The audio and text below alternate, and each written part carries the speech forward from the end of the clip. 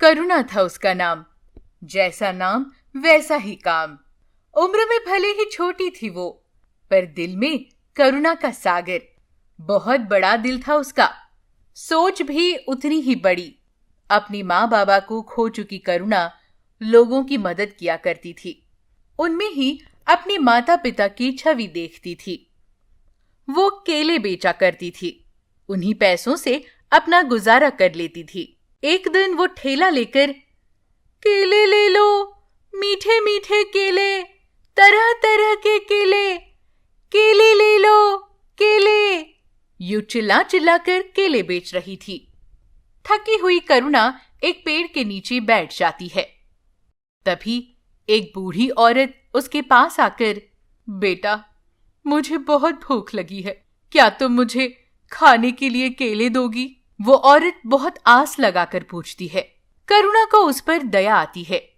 दादी, ये लो, खा लो, यूं कहकर करुणा उसे केले देती है। वो औरत केले लेकर खाती है। करुणा से, मेरी भी उम्र तुम्हें लग जाए बेटा, सदा खुश रहो, यूं आशीर्वाद देती है। उस पर करुणा, दादी, तुम्हें इस गांव में पहले कभी नहीं देखा, यूं कहती है। हमारा गांव नदी के उस पार है, छोटा सा है, 50 घर होंगे कुल मिलाकर। परसों चोरों ने गांव सारा लूट लिया, सबका सामान छीन लिया। मैं अकेली जान वहां से निकलकर दर दर भटक रही हूं। मेरे पति और बेटे मछलियां पकड़ने गए थे। जब सुनामी आई थी तब उसी बवंडर में वो डूब गए। तब से मैं अकेली हूं। मेहनत करके पैसे कमाती थी, वो पूंजी भी चोर ले गए। वो औरत रोने लगती है। करुणा कहती है, दुखी मत होना दादी, मैं जानती हूं आप यहाँ काम की तलाश में आई है ना? तब वो औरत, हाँ बेटा, काम की तलाश में हूं, पर मेरी उम्र देखकर कोई काम नहीं देता और भीख मांगने के लिए दिल नहीं मानता। आज पहली बार भूख के मारे तुमसे केले मांगे हैं मैंने। वो रोए जा रही थी। करुणा उसे समझाने की कोशिश करती है। कुछ देर बाद वो औरत, बेटा, हमारे गांव के लोग काफी मुसीबत में हैं। वहां उन्हें न खाने को है न पहनने को। चोरों ने सारा कुछ लूट लिया। यहाँ वहां काम की तलाश में भटकने से भी क्या मिलेगा?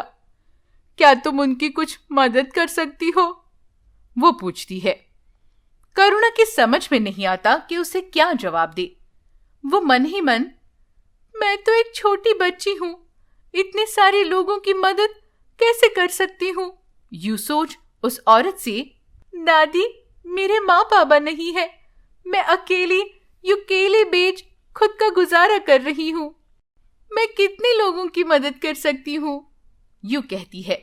तब वो औरत, जहां चाह वहां राह बेटा, मदद के लिए वो लोग इंतजार कर रहे हैं, वो औरत कहती है।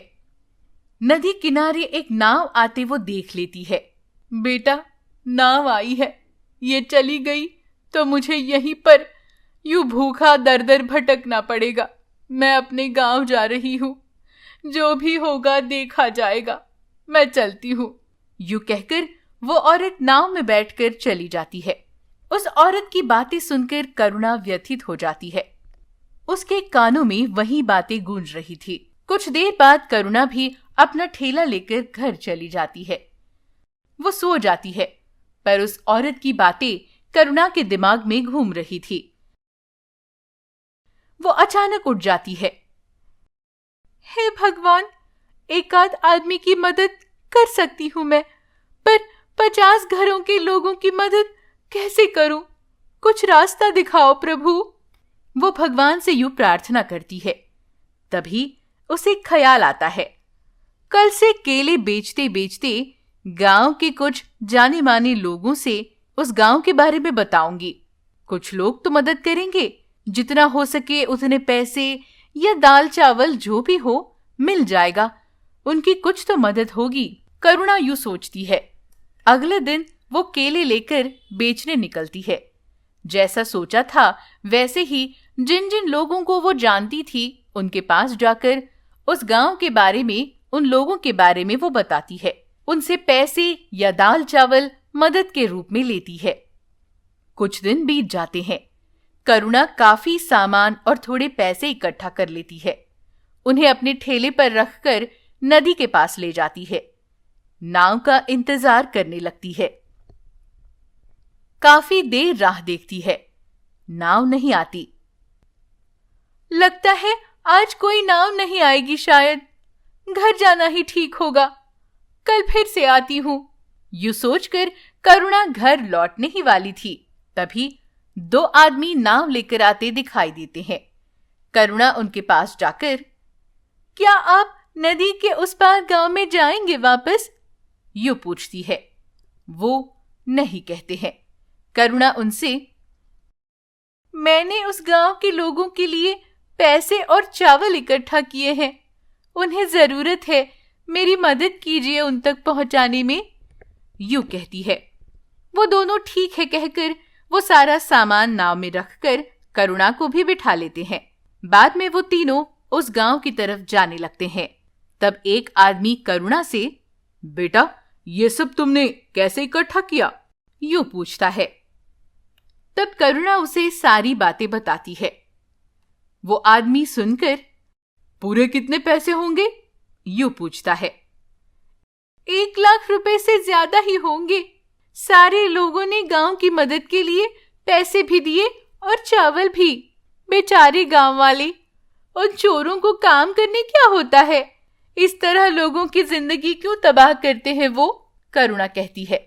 तब वो दूसरा आदमी, हमें मेहनत करने की क्या जरूरत, जब तुम जैसे भोले भाले लोग हमारा शिकार बन जाते हो। करुणा ये सुनकर चौंक जाती है। मतलब कौन हो तुम लोग? उस गांव को लूटने वाले चोर तुम ही हो? इस बात पर वो दोनों जोर से हंसने लगते हैं। हाँ, हमने ही लूटा है उस गांव को, और अब तुम्हारी बारी, वो पैसे हमें दे दो। वो करुणा को धमकाते हैं। देखिए, बड़ी मेहरबानी होगी, उन गांव वालों की मदद के लिए मैंने बहुत मेहनत की है, ये उन तक पहुंचने दो, मैं आपके हाथ जोड़ती हूँ। करुणा यूं मिन्नतें करने लगती है, पर वो चोर निर्दयी थे। वो सारे पैसे लेकर करुणा को नदी में धकेल देते हैं। वो चिल्लाने लगती है, बचाओ बचाओ, कोई मुझे बचाओ। वो चोर नाव लेकर चले जाते हैं। वो दिन बीत जाता है। अगले दिन की सुबह हो जाती है। करुणा एक बड़े केले के पेड़ की छांव में पड़ी थी। उसकी आंख खुल जाती है। वो अचरज से, अरे ये मैं कहाँ हूं? और ये क्या, मैंने हरे रंग के केले देखे हैं, पीले रंग के भी, पर ये केले तो अलग ही है, यूं खुद से ही कहती है। तब उस मायावी केले के पेड़ से आवाज आती है, करुणा क्या हुआ? अचरज हो रहा है मुझे देखकर। मैं एक मायावी केले का पेड़ हूं, करुणा कहती है। ये सब सच है या सपना? मेरी तो कुछ समझ में नहीं आ रहा। तब वो पेड़, ये सच है करुणा। तब करुणा रोने लगती है। मायावी पेड़, मैंने उस गांव के लोगों की मदद के लिए बहुत कोशिश की, पर 2 चोर मैंने जमा किए हुए पैसे और चावल ले गए। बेचारी बहुत दुखी थी। तब वो पेड़ कहता है, चिंता मत करो करुणा, मैं सब जानता हूं। उन्होंने तुमसे पैसे चावल सब छीन लिया ना, उन्हें उनके किए की सजा जरूर मिलेगी। वो पेड़ कहता है। वहां वो 2 चोर किनारे जाने के बाद उन पैसों को आपस में बांटने की सोचते हैं। तभी वो सामान और पैसे केले बन जाते हैं। उन चोरों के तो होश उड़ जाते हैं। ये क्या, ये केले कैसे बन गए पैसे? यूं कहकर वो दोनों उसे छूते हैं। तभी वो केले सांप बन जाते हैं और वो सांप उनके पीछे पड़ जाते हैं। वो दोनों डर के मारे वहां से भागने लगते हैं। फिर वो अपनी गलती मान लेते हैं और उन सांपों से क्षमा मांगते हैं। फिर वो सांप गायब हो जाते हैं। वो दोनों वहां से चले जाते हैं। इधर मायावी पेड़ करुणा से, देखो करुणा, मैं तुम्हें ये केले दूंगा, तुम उस गांव जाकर हर घर में एक एक केला दे देना। उसे खाना नहीं है, वो केला उन्हें उनकी मनपसंद चीजों को या फिर वो जो चीज पाना चाहते हैं वो चीजें उन्हें दिला देगा। ये बात उन्हें ध्यान से बता देना, यूं कहता है। करुणा भी ठीक है कहती है।